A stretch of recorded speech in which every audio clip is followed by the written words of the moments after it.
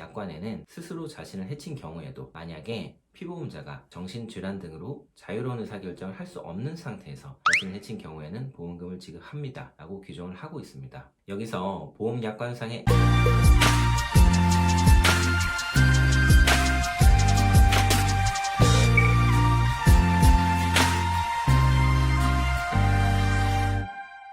안녕하세요 여러분, 변집사TV의 한세영 변호사입니다. 여러분, 최근에 대법원에서 중요한 두 개의 판결이 나와서 말씀드리려고 합니다. 보험에 가입한 피보험자가 자살을 한 경우에 대한 판결인데요. 보험은 원래 예기치 못한 우연한 사고가 발생했을 때 보험금을 지급받는 것이죠. 우연히 교통사고를 당한 피해자에게 치료비와 합의금을 지급하고 암이나 급성 심근경색, 뇌경색 등 큰 병에 걸렸을 때 보험계약에서 정한 보험금을 지급합니다. 그런데 고의로 인한 보험사고인 경우는 어떨까요? 암이나 급성 심근경색, 뇌경색 같은 질병의 경우에는 고의적으로 병을 만들 수는 없겠죠. 하지만 사고의 경우는 보험금을 편취하기 위해서 고의로 사고를 유발하는 경우가 종종 있습니다. 고의사고를 유발한 보험사기범을 검거했다는 소식을 뉴스에서도 자주 보게 됩니다. 이런 고의사고인 경우에 보험금을 지급하는 것은 보험제도의 근본에 어긋나는 것입니다. 그래서 대부분의 보험계약에서는 보험계약자나 피보험자의 고의로 인해서 발생한 사고는 보험금을 지급하지 않습니다 라는 보험약관상의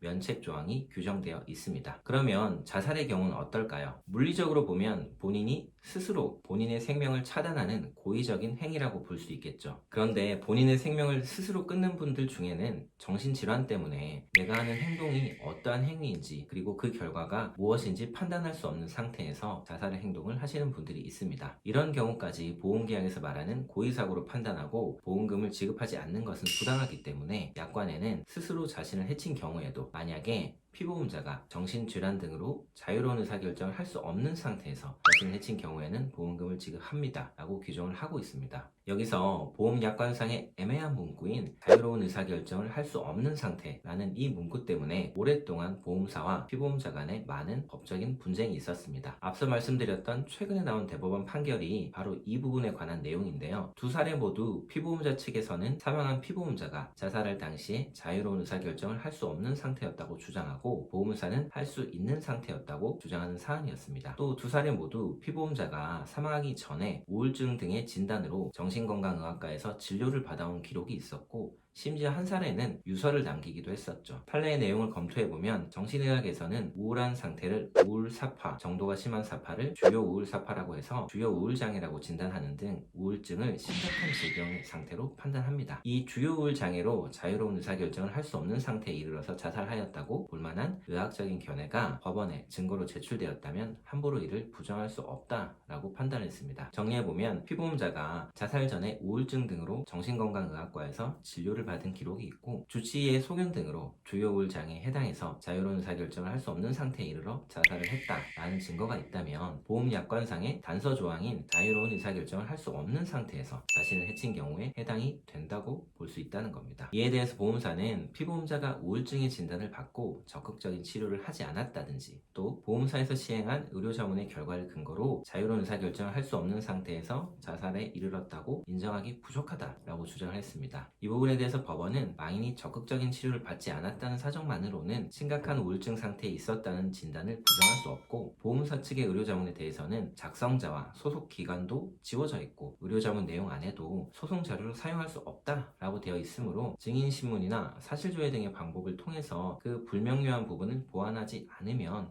증거로 사용할 수 없다고 판단했습니다. 결국 두 사건 다 보험금을 지급하는 것이 타당하다는 취지로 이 사건을 원심법원에 돌려보냈죠. 자살이란 행위 자체는 의도적으로 발생한 고의사고의 형태인 게 분명하지만 망인이 극단적인 상황, 병적 상태에서 그러한 행위를 했다고 보면 약관에서 말하는 우연한 사고로 보아야 합니다. 안타깝게도 우리나라가 OECD 국가 중에서 자살률이 1위라고 합니다. 저도 일을 하면서 자살 사고건을 많이 상담하고 실제로 소송을 진행해서 승소한 사례가 다수 있습니다. 남겨진 유족들은 큰 아픔 속에서 생활을 하게 되는데요. 보험회사에서 보험금을 지급받을 수 있다면 그나마 조금은 힘이 될 수 있겠죠. 오늘 소개한 두 개의 판결은 우울증 등 정신질환 상태에서 자살을 한 경우에는 보험금을 지급하라고 판결하였습니다. 하지만 보험회사는 자살 사고의 경우에는 고객의 말만 듣고는 보험금을 절대 임의로 지급하지 않습니다. 따라서 반드시 자살사고 사건을 직접 소송으로 진행해서 승소한 경험이 있는 변호사와 상의하셔서 보험사고로 인한 정당한 권리를 찾으시기 바랍니다. 오늘은 여기까지고요. 다음에 다른 영상으로 다시 찾아오도록 하겠습니다. 안녕히 계십시오.